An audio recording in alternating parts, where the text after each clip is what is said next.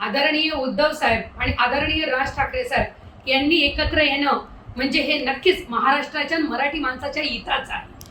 आपण बघितलेलं आहे की ठाकरे परिवाराशिवाय महाराष्ट्राला आणि मराठी माणसाला कुठेही त्यांनी जे स्थान निर्माण करून दिलेलं आहे ते कुठेही नाही आणि त्यांच्याशिवाय महाराष्ट्राला पर्याय नाही।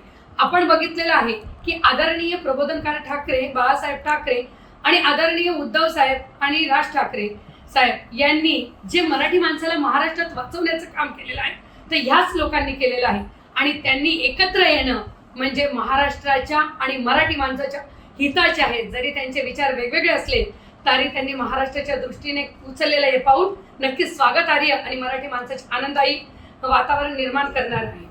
आपण काल परवापासून बघत आहोत हिंदी भाषेची कंपल्सरी केली जाते। एकीकडे मराठी भाषेला अभिजात भाषा द्यायचा आणि आपली पाठ थोपटून घ्यायची आणि त्याच ठिकाणी मराठी भाषेला दुय्यम भाषेचा दर्जा आपण देत असतात तर नक्कीच ह्या गोष्टीला मराठी माणूस कधीच कपून घेणार नाही आणि गुजरातींच्या या मनसुबेला कधीच पूर्ण होऊ देणार नाही।